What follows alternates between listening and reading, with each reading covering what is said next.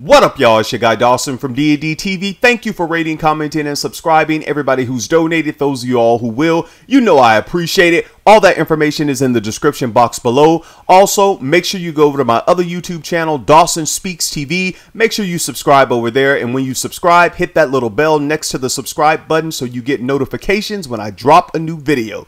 Now let's get into this topic.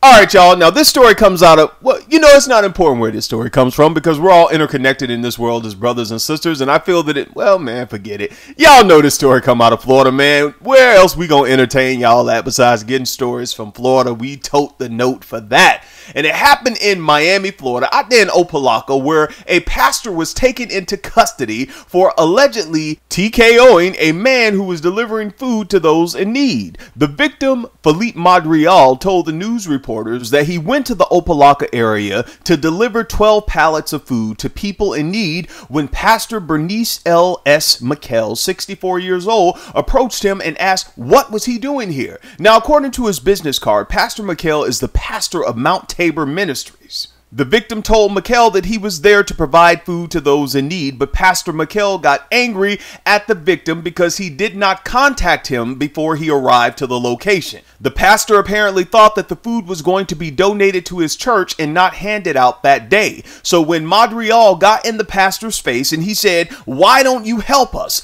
At that moment, the pastor hit him. He went backwards on the sidewalk, landing on the street. His phone went flying and it broke in the middle of the road. And now he is in front of the news reporters saying that the pastor should pay the consequences for his actions. Now I'm going to let you all watch these videos and I'll be back with the rest of my commentary. And you all know me, I'm Dawson, and I won't hold back. Off the top at 6 now, a disturbing story you will only see on Local 10. A food handout ending in assault. A man ending up in the hospital after a pastor punched him. Let's get right out to Local 10 investigator Jeff Wines here live in Opa-locka with the exclusive. Jeff. That pastor now charged with aggravated battery. The victim in this case bought 12 pallets of food here to be distributed, and he wound up on the ground. You have neck pain? Yes, badly over here, my head.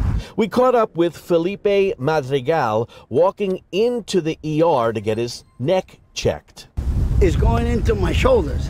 Madrigal is the president of the Rotary Club of Doral. On Tuesday, he brought 12 pallets of food into Opa-locka to hand out to those in need. He set up here at Lincoln Avenue and Johnson Street outside the Mount Tabor Ministries. The problem, the pastor here thought all that food was going to be donated to his church, not handed out that day. When I said, "Why don't you help us?" At that moment, he hit me, and I went backward. Madrigal was knocked out. 64-year-old Bernice McKell, the alleged pastor who took the swing, was arrested and charged with battery. We do not do food distribution on Tuesdays. We do food distribution on Thursdays. McKell claims it was the wrong day to distribute the food and self-defense. You put your hands on someone else. He was right close up on me as if that he was going to hit me. You thought he was going to hit you? I thought he was going to hit me. I was protecting him, defending myself. I guess he meant no harm, but I didn't know. I was jittery and I hit it. I'm 70 years old, brother. All I want to do is help people. And get this, after being knocked out on Tuesday, Madrigal didn't go to the hospital. He took his 12 pallets of food, he headed to City Hall in Opa-locka, and he handed it out there. And it's so sad that a pastor of a church acts the way he did. Calvin, the pastor has bonded out of jail, and you see him standing right there. What did he do today? He is in the middle of his food drive. The pastor has a long criminal record. He is well known in this town, but I got to be honest with you, very difficult to do a story like this when the pastor, quite frankly, is doing so much good and feeding so many families here. We're live in Opa-locka. Jeff Wines here, Local 10 News. Right, the story there, Jeff. Thanks a lot. Self-proclaimed man of God is now asking for forgiveness. Sir, if you're listening, I humble myself up under the mighty hand of God, and I say that I'm sorry. Wow. All right, y'all, let's go in. Now, you all heard in the news report, they said that Philippe Madrigal is the president of the Doral Rotary Club. And the Rotary International is an international service organization whose stated purpose is to bring together business and professional leaders in order to provide humanitarian services and to advance goodwill and peace around the world. It is a non-political and non-religious organization open to all, and they have a membership of over 1.2 million people.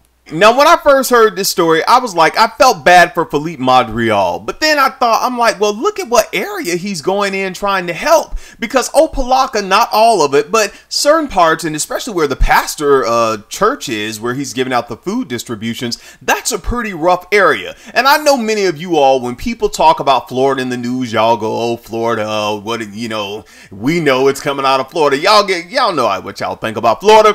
But here's the thing. All counties in Florida are not the same. And trust me, the type of people that are in South Florida are different from people that are in other parts of Florida, like Leon County, Duval, Hillsborough County, Volusia County, Seminole, or Orange County. It's totally different when you're talking about South Florida, which is Palm Beach County, Broward County, and Miami-Dade County. And trust me, when I tell people that I'm from Miami-Dade, they're like, oh my God, y'all wild, y'all gangsters. And I'm like, come on now, you know I ain't no gangster. I'm very diplomatic. Don't you watch my show? So I know why people have that kind of like thought when they think about Miami, and I understand why, because if you all, you know, you don't remember, First 48 on A&E, the series, its first episode aired in Miami, which it was entitled Gangs in Little Haiti and Execution in Coconut Grove. They started that series down here in Miami, if you all remember, in June 3rd, 2004. And that show is still going on, but they're not coming to Miami anymore. I guess it's just like they couldn't handle us.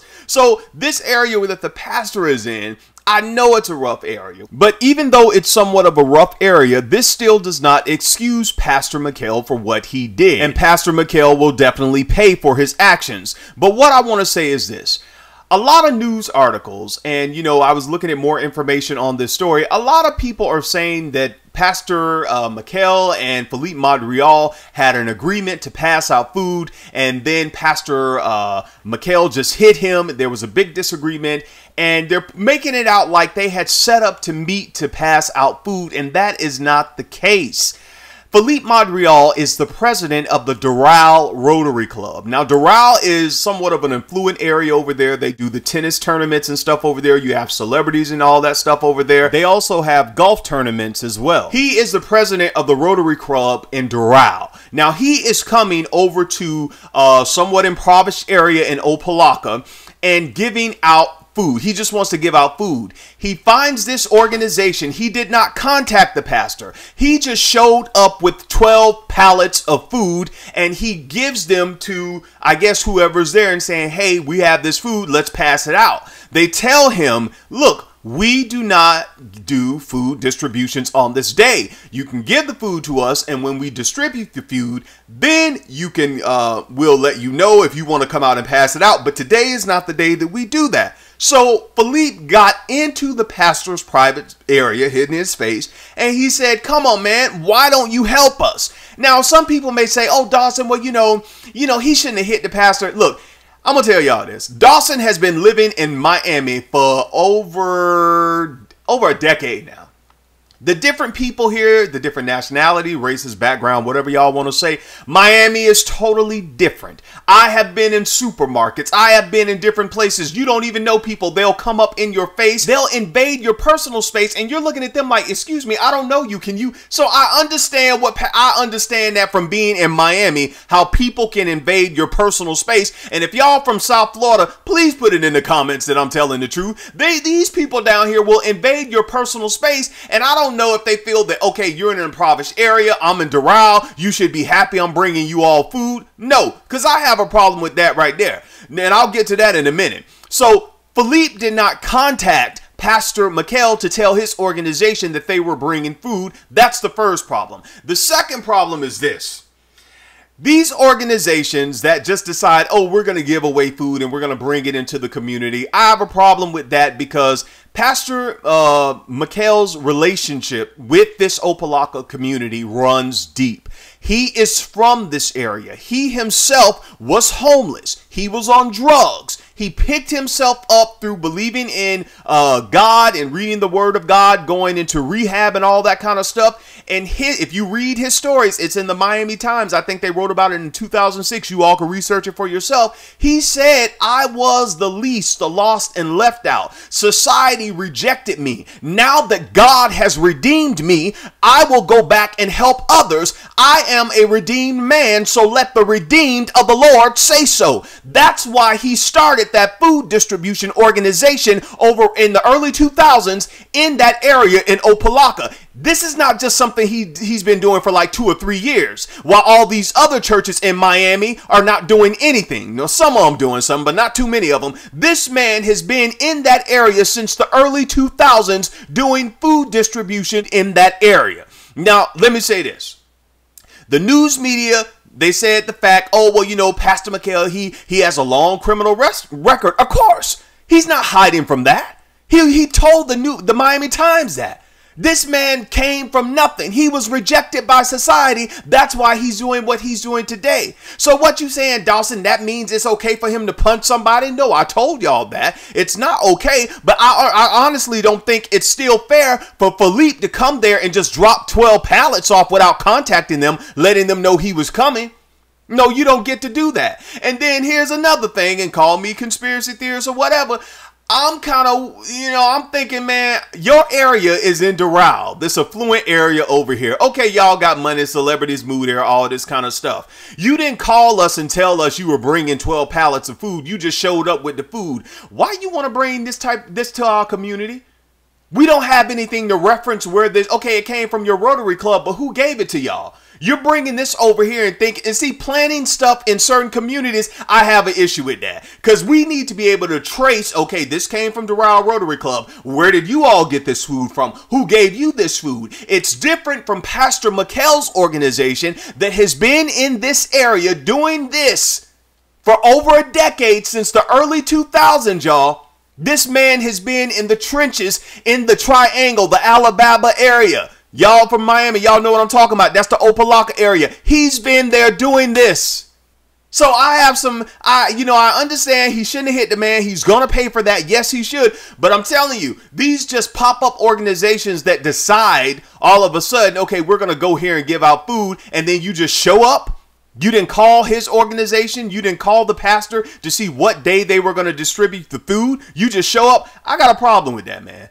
Because it's like, And, I send my clients, sometimes I have to refer families to food banks and stuff like that. But I always check, how long has this place been established? We go as far as to say, okay, is it a reputable company? Where y'all getting the food from? Come on, man. That's just my thought on it. I'm from Miami. I know what kind of slick people we have down here. Scammers and frauds and people who say they're for all people, but really they're not for all people. And, I just I don't agree with that. Now, I know some of you all may not like what I said about people dropping off food in certain communities. I don't care. Unsubscribe. I'm standing by what I said. You need to call the organization and you need to tell them who you are before you show up with food so they can trace where is this food coming from. Because man, everything is going on today. I don't think because everybody has a smile and they have I want to do something to help you. Yeah, right. I don't believe that. Now, I've been in Miami a long time, and I'm glad I came to Miami because I was a little wet behind the ears and very green before I got here.